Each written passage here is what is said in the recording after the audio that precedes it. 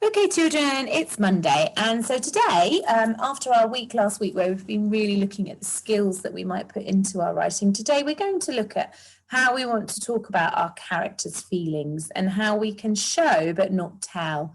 So those of you who remember what show not tell means is instead of saying who's sad, we would say give some other clues. So it's like leaving clues for the people reading your writing to make them feel that the character's sad. So you might talk about what their face looks like. If I said his mouth turned down, then we might see that his face is looking sad. So let's have a little think about what that might look like in your writing. So in the story, we first need to think about the character's feelings. So our farmer goes through a right little a journey of feeling, doesn't he? So if we thought about his happiness in this little graph under here, he was feeling quite happy when he found the little seedling and when he planted them. And he had a real sense of happiness during that time where he was planting and getting them to grow and looking after them. And then as the storm approached and destroyed everything, he really started to obviously, his happiness plummeted and it wasn't very good at all. And then as he came back out again, that's when he was elated and just delighted in everything. So his feelings of happiness must have rocketed or soared into the sky. So let's have a little think. I don't know about you, but that's how I felt he was feeling. And there's a little graph showing you. You can see it going right down and then sort of steadily down. Will we be okay? And then when everything's blown away, it's all gone. And then we could think about, so once we've thought about that during our writing, so the film told you that in the music it used, in the way that the character moved, in the colours that it moved. It got really moody when the colours were, when the feeling was sad, the colours got really moody too, didn't they? It got dark and everything changed. Now you as a writer have got to put all those different things that the filmmakers did into words and description to help us know how that character's feeling. So now we know the different emotions the characters have. Let's have a go at doing some writing. So if you think about the most dramatic part of the story, and it's always good to go for feelings, the most dramatic feelings are the easiest ones to do. So at the point that the storm has come and everything is broken. So let's have a look. I'm going to write a sentence to help us explain that. So here you go. He was sad. Was that a good sentence? I've told you how he was feeling. Have I worked it well? Well, hopefully at the moment you're like, Mrs. Marshall, that is not very good. Anyone could have written that. We need to get a bit better. So I'll have another go. Let's see how we go. Think about the words I use.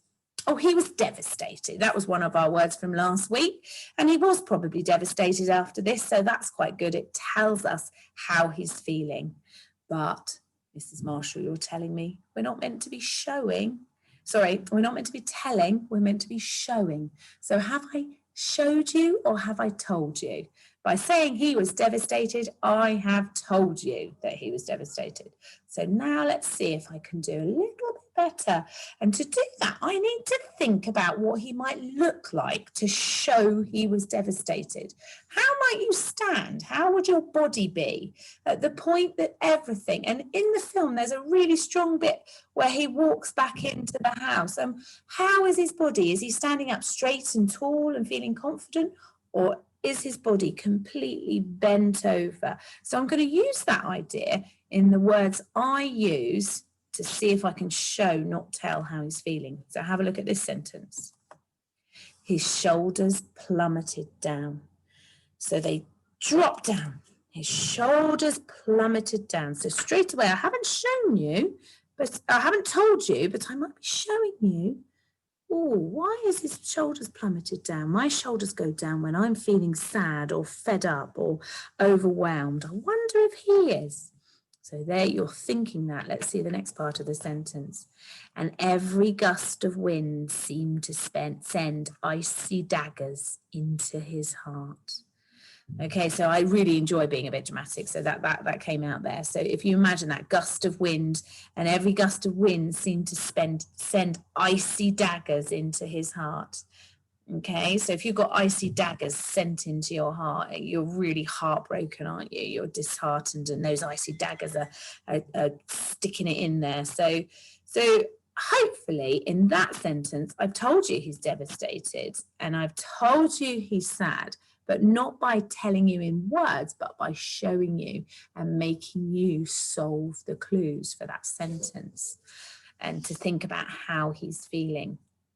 So I did another one here. Have a go at this. Slowly, he stumbled towards the house, warily closing the door behind him.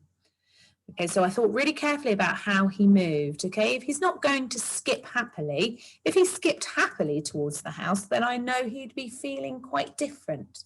So again, back to what we talked about a lot last week, is the words I choose tell you so much about the character and how he's feeling. So by just choosing stumbled instead of skipped, and by choosing wearily instead of happily, I am giving you that information. So slowly he stumbled towards the house, wearily closing the door behind him. It's like closing that door. It's like shutting himself away, isn't it? I'm giving that image in your head. And don't forget, look, I actually managed to use the fronted adverbial there too, just to add to it. So if we have a look, I've underlined the words I chose quite carefully, words and phrases that really help show how he's feeling. So plummeted, icy daggers into his heart, stumbled towards the house, wearily closing the door. Okay, so let's see if I can do another sentence. The storm passed. The crushed, broken windmills on the ground haunted the heart of the farmer. Snow, like a blanket of sadness, covered his shattered dreams. So again, now I'm trying to show you how he's feeling, but not tell you. So if you think, I've got a really small sentence there, the storm passed. So we're thinking, oh, the storm's over. Is he going to be okay? Will everything all right? And then we're talking about what's left behind. So we've got the idea of the crushed, broken windmills on the ground haunted the heart of the farmer. So if he's thinking about those crushed, broken windmills, and we might link the fact that not only are the windmills crushed and broken, but perhaps the heart of the farmer has been crushed and broken. So by connecting the actual thing that happened, the crushed, broken windmills, and then applying it to a part of the farmer's body, like his heart, especially because you know that the heart is a big bit about controlling. We always talk about our heart when we're thinking about our emotions. Okay, so it connects those two together. And then the idea of the snow like a blanket of sadness. You imagine that sadness layering over you and covered his shattered dreams. So it's really dramatic there. But at the same time, notice I've managed to put an expanded noun phrase with a preposition in there, crushed, broken windmills on the ground. So you can see how using the words, using the idea of linking or connecting to things that have happened into the farmer, the crushed, broken windmills, and in his heart, so his crushed, broken heart. Now, what I'm asking you to do here is really, this is the sort of next step of a writer, being able to control this. So don't expect to be able to do this just nice and easily. It's really a journey. I want you to be aware that people do this. And the best thing to do is when you're reading is notice what your author's done. So really good authors are really good at doing this. So the show, not tell, is really just the start of this for you. It's something that you'll work on a lot in year 5 and 6 and into the further years of your learning how to manage your writing. So don't be like, oh my goodness, this is really tricky. Just use it as an idea of going, right, okay, so I'm going to think about the verbs I use because a really sad farmer is not going to skip joyfully into his house.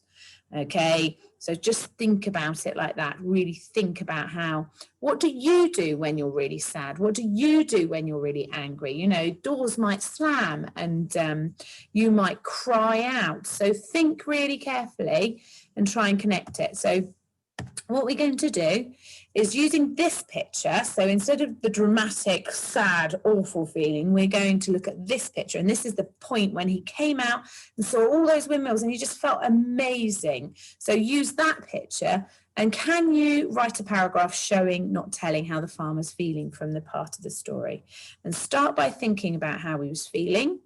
And that's always the best thing. And if he was feeling like that, what might he do? So then you can collect those verbs and maybe those phrases to show that he was really elated, but not tell that he was really elated. So he might jump into the air, he might run around, he might spin, he might laugh out loud. So think of all the things you might do if you had that moment where you came out and saw this. You must be so amazed.